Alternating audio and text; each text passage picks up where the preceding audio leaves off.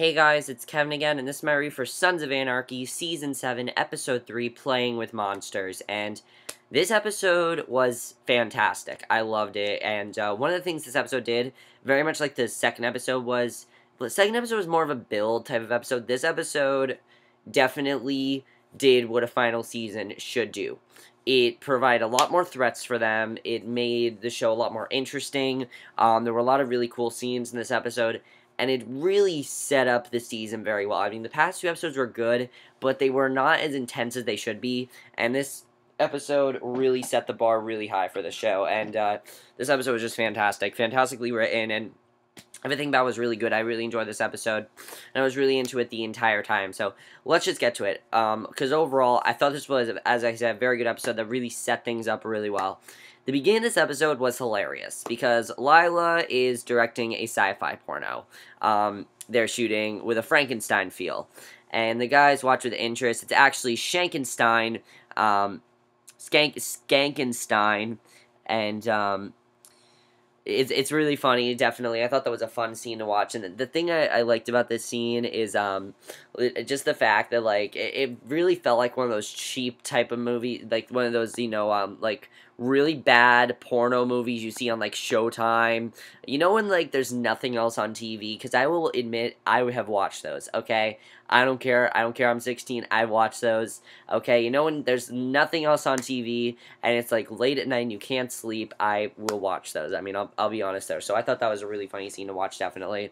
And the guys that were watching, I probably would have done the same thing. I would have been, like, really interested in watching it. I probably would have done the same thing. So, yeah. So the guys cheer enthusiastically, and it's the first take of a Red Woody production, and Jax tells her that she's a genius. So then Juice asks Wayne if he really wants to help, because if you remember, Wayne told Juice, I'm going to help you out here, I'm going to, help you out so that way the Sons don't come after you, because if you remember, the Sons are still after Juice. The Sons, of course, Jax in last week, not last week, oh my god, I'm really screwing this up, in the season 6 finale told Juice, you're dead to me, so he knows that they're still coming after them, so Wayne's trying to protect him, he's trying to protect him, so and by the way, guys, this episode, just like the second episode, felt like a season premiere, it really did.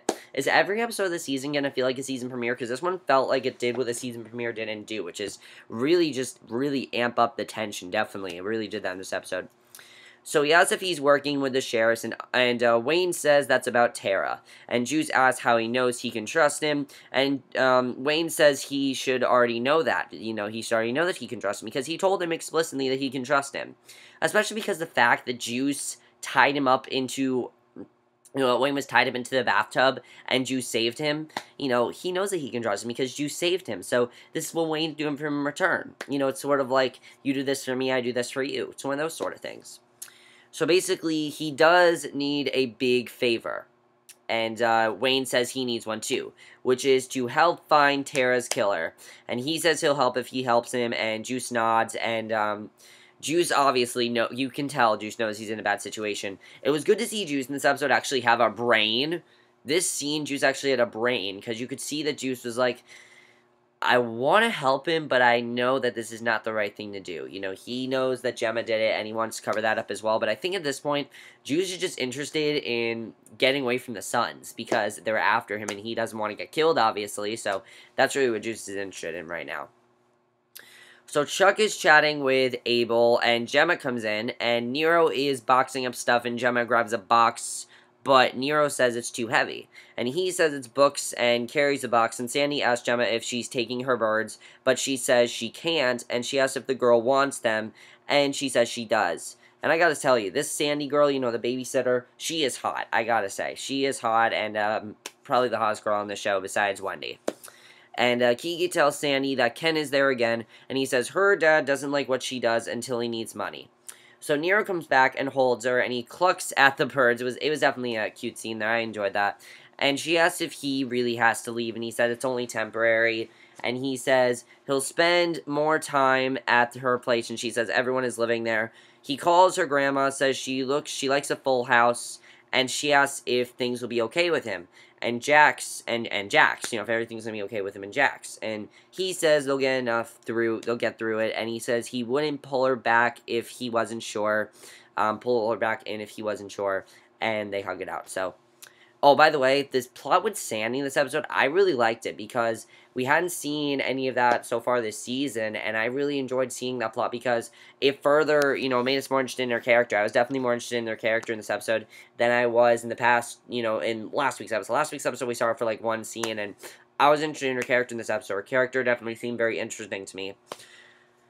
So then we see Tom, and Tom says that he went to Selma and found the house, and they found one dead from a shotgun to the chest, and he tells Jax that he had a kilo of theirs, and Jax says they put out the word that they had Mac to sell. Tom says they're going to look into it, but for now, the detente is in a place, and Jax says they know if they need help. Tom leaves. Chibs asks if he thinks he was lying about there being just one body, and Bobby says maybe family found them.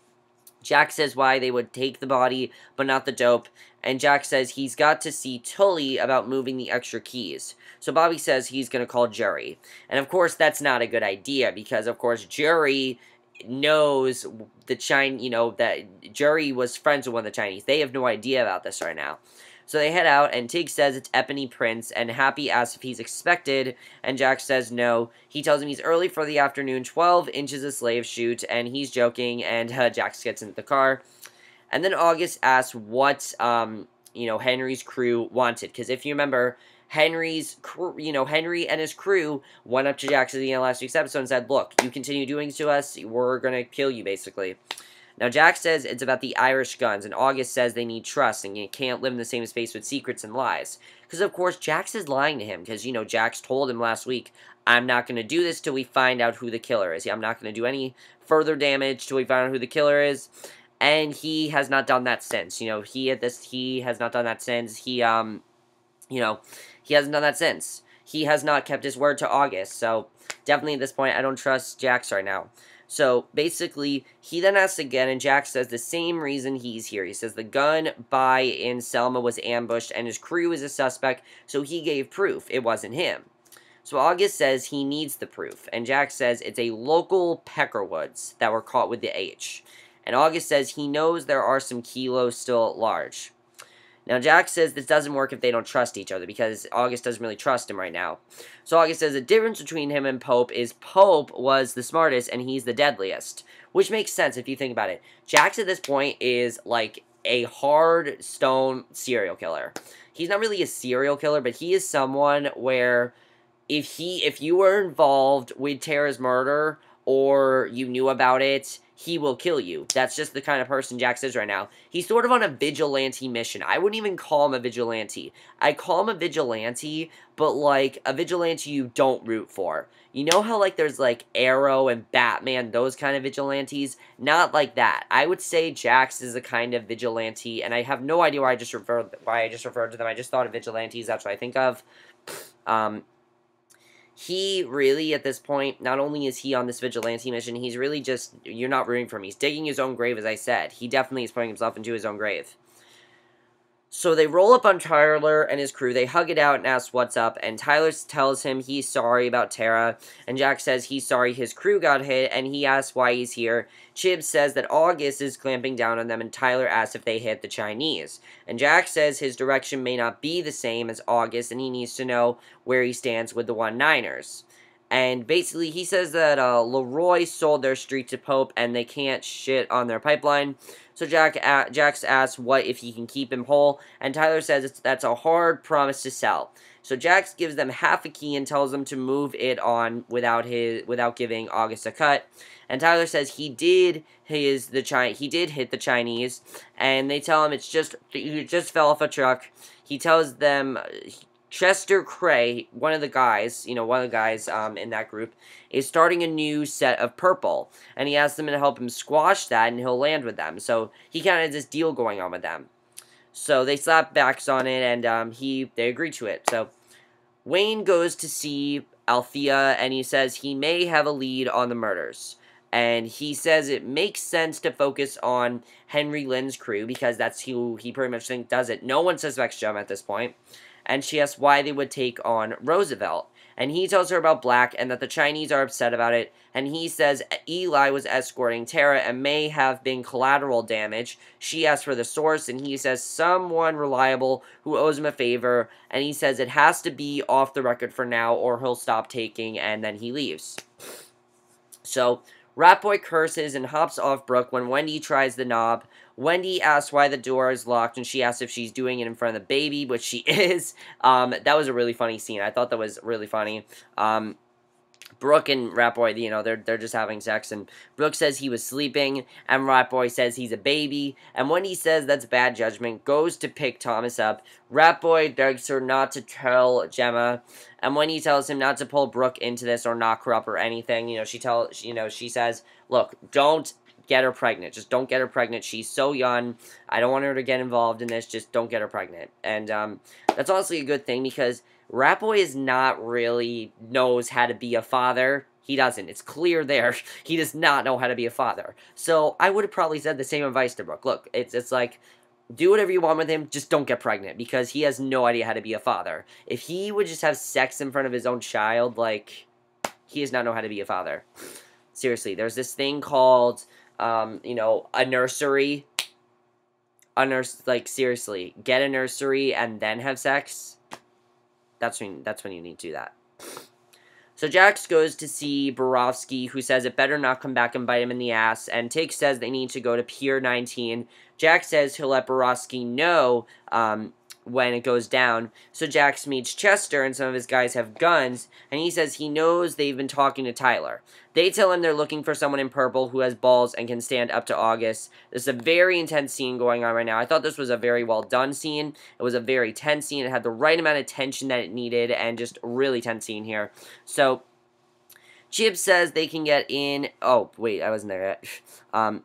Basically, they tell him they're looking for someone in purple who has balls and can stand up to August, and he says that Henry killed his wife, and August won't let him retaliate like he won't let them. So basically, they're not going to retaliate against the Mayans. So Jax says he's looking for like-minded allies, and Jax says he'd hand back the guns the Mayans took and said they're at the Navy docks 10 minutes away, and handed them a paper. And he says he got the intel from an ex-cop on his payroll, and Chip says they can get in and out, no problems, and he'll look like a leader. So, Gemma tells Chuck she's putting him down as an emergency contact for Abe's school. Abel. I can't get the... Why am I, saying Abe? I don't know what's wrong with me. Abel's school. And Sandy yells stop, and they come in and find Ken rifling her purse. He says he's her dad and calls Gemma her whore queen. And he slaps Gemma, and Nero comes in, beats him good, and this was just such an intense scene that happened here, because, her father is crazy. He is completely crazy. And, Nero comes in, beats him up, because, Nero's just like, don't mess with my woman. That was really intense, and Sandy cries for her father and says sorry, and Abel sees all this. It was the worst time for Abel to see something like this, and Ken tells her to shut up. Gemma picks up the boy, and he says he's hurt. Her cheek is scraped, but she says she's fine. She calls the girl's father. She said the girl's father did a bad thing, and Abel asks if his father does bad things, and she says no, and says his father is a good man, which is really not true if you think about it. Jax is doing the exact same thing. He really is not a character we're supposed to be rooting for now, as I said. He's a character that really is just digging his own grave at this point. He really is, he's just digging his own grave. So, really, I would not agree that Jax is someone who is a good man. I wouldn't agree with that. So, basically, she says no and says that Jax is a good man. So then we get back to the really intense scene before. Jax waits, then Chester shows up, points out the warehouse door, and says, Chip says no. No Mayans are keeping watch. They split up, head in to get the guns. They shoot the locks off and go, and Tig comes in from one side. Jax tells them the guns are right there, and Chester says he's not playing. He tells them to check them out. The guys go over, look in, and Jax gives a nod. His crew executes, and they just literally execute Chester and his boys, and then Jax's phone rings, takes a call, and he's just like, hi, Mom. I thought that was really funny, the way that was done. Very funny scene. Sorry, I'm getting a Skype message. But I thought that was a really well done scene. I thought that was just really funny how it was so intense, and then he was just like, "Hi, Mom."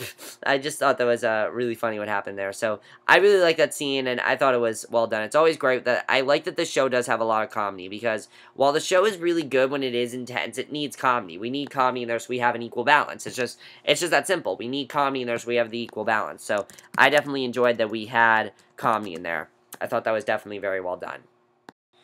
So then what happens is that the guys come back and they find the cops there taking a report on the Ken incident. And Gemma is reading to Abel. And Sandy called the cops because her dad told her to. Because obviously that was really like big. So Chibs checks Gemma's cheek, and Jax asks if she's okay. She tells him she's sorry, and Chibs asks where the animal is that hit her. He thinks it's an animal. Not when I say animal, not like a literal animal. Like the person that did it is an animal, obviously. So he asks if Abel saw it, and she says not really. Jax asks if he's okay, and his son nods. And Althea is there, and Jax comes in. She asks them to shut the door. Nero's in the room, and Chibs is there too. She says she didn't realize this was a family business, and Jax says it's rare. They run a legit, quiet business. And she says Ken is pressing assault charges, because Nero says Ken smacked Gemma. And this was a very well done scene, in my opinion, because here's the thing. She has no idea what Jax is planning. She has no idea about Jax's plan. She has no idea they planted the heroin. She doesn't know about any of that. So this was a very well done scene, because you can see that Jax is doing a lot of this very on the, you can just see how good of an actor Jax really is, because he really is just acting like he has, he's so innocent and everything. The way he does that was so well. And you can see that definitely he's doing all of this stuff on the sly. Like, no one knows about it. August doesn't know. Jury kind of knows. Jury does know what he's doing, but he's not saying anything. I don't know if Gemma knows. I'm not sure if Gemma actually knows what he's doing, because we haven't actually seen him tell Gemma what he's doing. So I don't know if Gemma actually knows what he's doing. But the only person that really seems to know that we know of is Jax and the son. So he's doing a very good job of keeping this hidden, definitely. So basically, Althea says Ken tells another story and says that he came by to pick up money his daughter owed him. And Althea says she'll have a chat with Ken and let him know how complicated these things can get. So he might drop it. He might just drop it. So Jack said he'd appreciate that, and she tells him she'd appreciate him turning up Juan Carlos Ortez, Juice, and because he's the only member of the club that they haven't been able to talk to. So Jack says he split while he was inside, and again, she has no idea that they don't trust Juice anymore. And Chip says he never said where he was going. So Althea says if he doesn't turn up, they're going to put out an APB. So Althea asks if the Chinese have a reason to hurt the club, and Jack says no, and he's a big fan of their food. I thought that was funny. And Althea says she hopes they can work together to keep Charming safe and profitable for everyone. And Jax tells her, yes, ma'am, and on her way out, she tells Chibs they should connect later and calls him Scotty. So I don't know if that's, like, hinting something. I'm not going to assume anything there, but there was definitely flirting going on between them. I don't know if she was trying to flirt with him or what she was doing, but I don't know if there's, like, a romantic relationship going on. I'm not going to confirm anything, but there was definitely some sort of flirting going on between them, and I like seeing that. I thought it was cute to see. I enjoy that overall. So Jax tells him that the new sheriff wants a profitable relationship, and Chibs adds a glass Glaswegian humping, and Nero tells him he got a call about trouble at the docks, and Nero says he's headed down there, and he tells Jax to look after Gemma. Jax hugs him, and Nero heads out. Jax says an APB on Juice is very bad. That's not something that can happen. And Chib says he's sure he's far, far away. They don't know where Juice is. They think he got out of, Charming. They don't think he's there, because that's what Gemma told him to do, was to get out of Charming. She has no idea where he is at this point. So then we see Juice putting on his club leathers, and he looks in the mirror, and there's a knock, and he lets Wayne in. And he asks if he parked in the back, and then asks if he's sure he wants to do this. Juice says yes, he does. They head out. Jury gets a call from Bobby, asking for intel about the guys who help with the Chinese, and he says he heard they were bragging. And Jury says that that's his bad since he vouched for them. And Jerry says he knew one guy named Gibby. You know, that guy Gibby, he knew them. He knew him, and we see Jerry holding dog tags, and he asks Bobby if he needs anything else, and he says no. He tells him to give Jax his best. Jerry stares at the dog tags and looks at his shotgun. And then Jax goes back to Tyler and tells him that he took care of his internal problem, and he says Chester is done. He says his crew is going to get nervous when word gets out, but Chibs says the rest will be loyal. So, you know, Chibs told him things will be loyal, and that's basically what happened there. Yeah, so that's basically what happened there.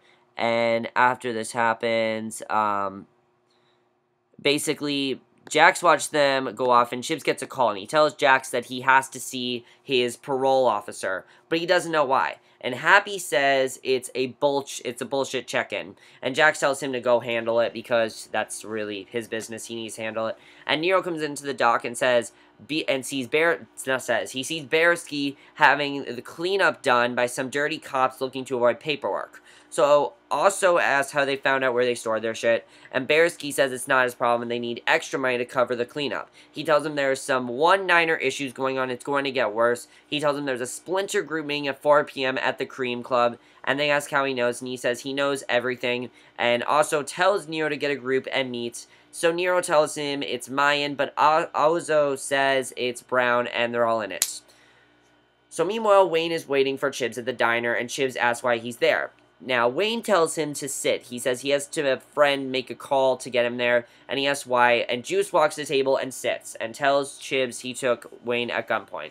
Now, at this point, I thought someone was going to die, because on Twitter, I was reading someone's going to die, and no one died, but I thought at this point someone was going to die, because they're all sitting around a table, and Chibs says he should have ran when he had the choice, when he had a chance, because obviously if Jax finds out that Juice is alive, he's going to kill him, because really, Jax right now is a no bullshit kind of person. He's not dealing with bullshit. He's not going to put up with anything at this point. If he finds out that Jax is alive, if he finds out that Juice is alive, then he's probably going to get killed, because that's just the kind of person Jax is right now. He's sort of like a no mercy kind of guy. So Jax tells him, basically, sorry. Chibs starts to go after him, but Wayne stops him and tells him there are a dozen cops in the place. He asks Wayne where he's going, and he says he has no idea. Chibs sits back, and Wayne says Juice is lost, and Chibs says he knows, and says that's why he has to go away. So Chibs tells the guys about the conversation. They ask how he got to Wayne, and then Juice doesn't know why they're after him. So Jax tells them to contact the other charters about Juice, and then tell them Chibs is to take an envelope to Althea. Chibs says he'll convince her that Juice is dead, is a dead end, and Jax says to get her off the Chinese trail too, so that way she doesn't try to come after the Chinese, because if she comes after the Chinese, they're going to tell the truth, and that's not going to end well for them. Jax really is a smart man here, as I said. He really is a great, he's really playing this all out very well. So Bobby says he has a name on the missing body that he gave to a bounty hunter, and Lila comes and says there are guys to see him. So Jax asks what color, and she says black and blacker, which was racist, but whatever. So Jax lights up, and Bobby tells him if he wants to slow down, they get it, but Jax says he's okay, and Jax sits for a moment, and Gemma feeds her birds and says she thinks about where this all started and what would happen if Wendy hadn't been such a mess. And then she looks at them and knows it was all supposed to happen. And I like this because, really, Sons of Anarchy started with Wendy being such a mess, she tried to kill herself, definitely. She tried to kill herself in the first episode, so I like that Jen was looking back on this. I thought that was definitely a very final season thing to do. So Wendy comes and asks if she's talking to the bird. She says yeah, and Wendy says Wayne is there to see them.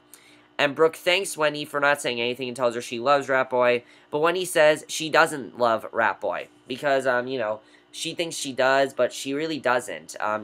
Brooke says she must have loved Jax when they were together, and when he tells her she can't be with him, that's what she knows, and it makes sense, definitely. I think what Wendy's really trying to get at here is that you can't be in a relationship with someone from the Sons of Anarchy because it's not going to end well for you.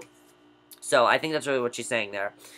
So basically, Wayne tells them about Juice and Chibs, and he says he covered for them, and Chibs doesn't know who was hiding Juice. He also tells them that the sheriff wants to put out an APB.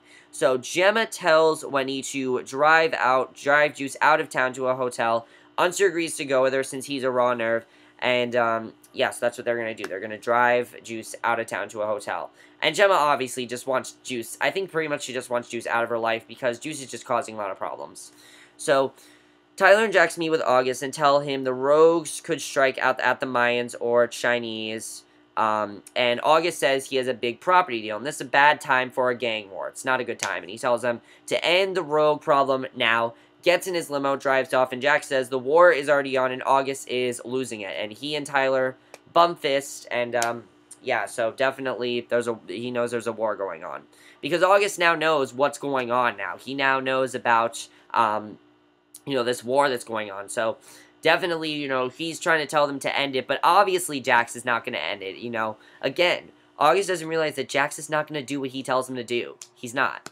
So, Chester's ride pulls up, and the Mayans get on, blow away all the 1-9er rogues, and Nero helps out, and there was just a handful of the people there, and they go down a hall of bullets, and Althea meets Chibs in a parking deck, and she tells him to call her Allie, and says he's Chibs, which is a Scottish slang for street blade. She asks how old he was when it happened, and she shows him her scar on her stomach, and I thought this was a good scene overall, because again, it maybe a possible relationship here. I am not confirming anything with relationships. It felt very flirty to me, definitely. She says it was Easter dinner and her ex. He hands her an envelope. She looks at it and says she was expecting intel on Ortiz, and he tells her finding Juice won't help her investigation. The APB will complicate things for everyone, and she says she'll do what she can do, but she can buy him a few days. And then he tells her they're good with the Chinese, and he tells her he's just trying to help her do her job.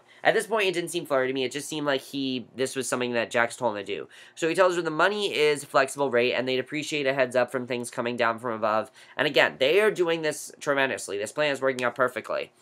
And basically, she says she'd appreciate a heads up on ugly things coming up from below. She tells him to ride safe, hops in her SUV. Wendy and Wayne then bring Juice to a motel out of town. She says it's just until he figures out where he wants to go. And Wayne says he has to stay put and says he'll check him under his name. And she promises to check on him tomorrow because she does want to make sure Juice is safe because Juice is helping her cover up the fact that she killed Tara. So obviously she wants to make sure Juice is safe.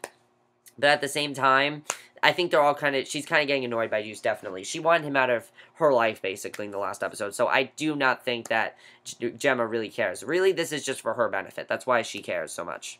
So there's a knock on the door, and Brooke answers, and it's Nero. And she says Gemma will be home soon and offers him some cake Gemma made. And he thanks her and sits, and Jax helps Gemma out of the car, thanks her for helping out, and she says she likes any excuse to bake, and she asks if he had a rough day, and he says this will help. Some guys burst into a Chinese massage parlor, and the woman says the place belongs to Henry, and they tell her Augustus Marks doesn't care, beats the girls, busts the place up, and Tribs is then driving Chester and the other black guys around, busting up Lynn's places and blaming August. And this is not going to end well with the Sons at all. This is what I like about this episode. Again, storing up tension here. Because now the black guys, it's now the black guys versus Lynn versus August and the Sons. That's really who it's versus right now. So I thought that was definitely very well done. And I really like that because really at this point, they are going to bust up Lynn's place, and they're blaming August, but this is not going to end well with the Sons at all, definitely. I definitely feel this is not going to end well with the Sons. Plus, again, August thinks that the Sons are listening to him, and they're not.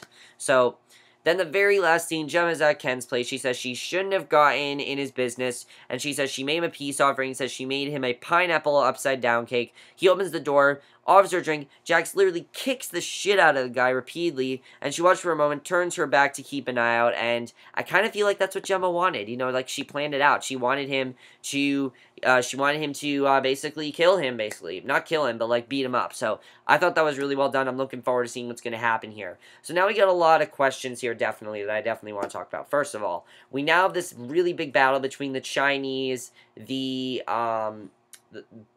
pardon me, I don't know how to sound racist here, but the blacks and the Sons. That's really the battle we have going on here. I'm looking forward to seeing where this is going to go. I'm definitely looking forward to seeing how intense this is going to get. We got a lot of intensity going on, and lots of drama, definitely. Really love what's going on in this show, and really, it's getting more intense and more intense and intenser every single episode, and I really like the way they stepped that up in this episode, definitely. This is not going to end well with August. You know, August is going to realize he can't trust Jax. Pretty soon, he's probably going to realize that, because Jax is never going to listen to him. As much as he wants him to, he's never going to. Jax is not the kind of person that listens to you. He doesn't. Now, as far as Brooke goes, I really hope Brooke listens to Wendy's advice, because it is true. She cannot be in this relationship right now, because the thing is, Rat Boy doesn't really love her. He doesn't know how to take care of a kid, so she really needs to listen to Wendy's advice. I definitely feel like she needs to, and I really hope, for Brooke's sake, that it's okay for her. Because, one, Brooke is hot. I like her character. She's hot. Two, I like her character overall, and I feel bad for her character. I really want it to work out for her. Juice, I don't know what's going to happen with Juice. I really hope that Gemma and Wayne are able to keep him safe. We'll have to see what happens there, though. I don't know what's going to happen with as far as Juice goes. And then Jury, they didn't really show what side Jury's on right now. Jury's working for the Suns, yes, but he is with the Chinese as well, and there's a battle going on between them. So the question is, whose side is he really on? Because he's helping the Suns, but he was a friend with the Chinese. So whose side is he really on? I don't know. Chibs and Allie, I guess we'll call her. Do you guys think that there's some sort of relationship? I don't know. Okay, at first I thought that, because the way they were talking to each other, I felt like there was going to be a relationship there. It just seemed very flirty to me, okay? That's really what it seemed like.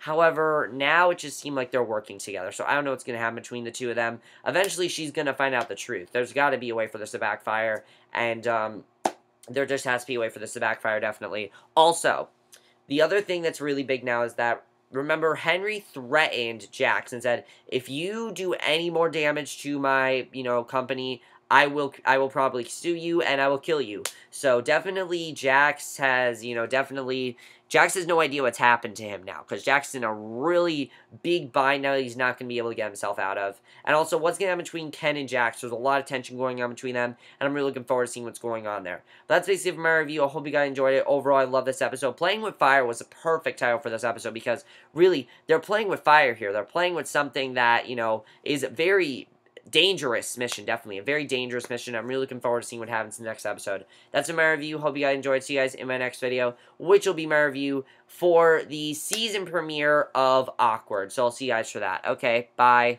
Not the season premiere, mid-season premiere. See you guys for that. Okay, bye.